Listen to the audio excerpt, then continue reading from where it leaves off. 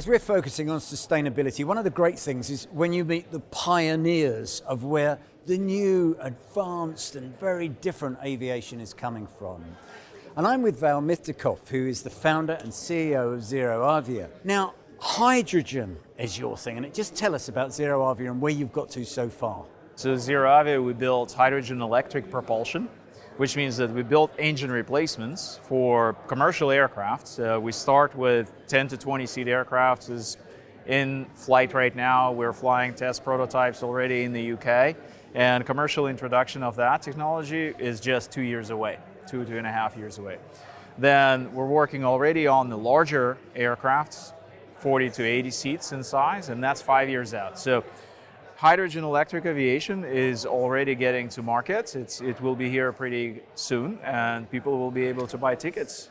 Now, you've argued that hydrogen really is the cleaner solution to the sustainable aviation fuels that we're hearing so much about at events like this. In fact, you had to defend it, I think, in front of the US Senate recently. Yeah, absolutely. Well, we think, over time, in the long term, and that's meaning 10, 20, 30 years out, hydrogen is really the best option because it is not only allowing you to make better economic sense.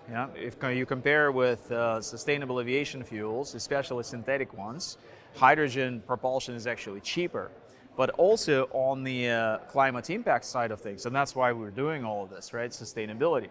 On the climate impact side of things, hydrogen electric or hydrogen fuel cell based propulsion allows us to reduce the climate impact almost to zero, 10 to 20x reduction, versus SAF can only get us about a third to a half because of all the non-CO2 effects. And we actually had a great session today with the Jet Zero Council discussing the non-CO2 effects. There's definitely a very, very significant addition on top of the carbon that the contrails, the NOx emissions all adds, right? So that's why economic plus the impact, those two things make hydrogen a great choice. How do you get hold of green hydrogen to actually operate all of these smaller 19-seat aircraft?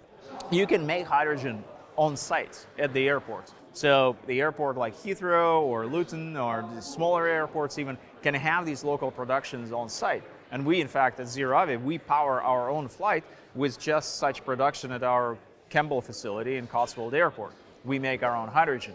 And all airports can do it. And right now we have maybe 10 to 20 airports who are partnering with us on exactly that, right? The initial rollouts. So that small manufacturing plant for hydrogen, is that something you see the airfields investing in order to produce the fuel rather than the airlines or the operators? With hydrogen production on site and hydrogen electric propulsion, this makes economic sense. So the airlines actually want to transition, and airlines effectively through the tickets and then through the engine operation costs, they will fund it, right? So the way it works is when we sell to the airline, we sell a package of the engine, maintenance, and fuel.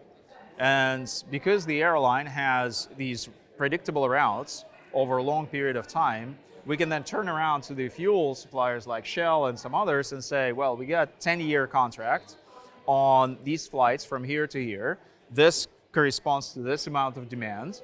So that's a 10-year contract, can actually be collateralized to pay for that infrastructure. So you don't necessarily have to find some huge amount of grant money or government money to pay for it, right? Maybe initially to show the concept, yes, but to really scale, you don't have to.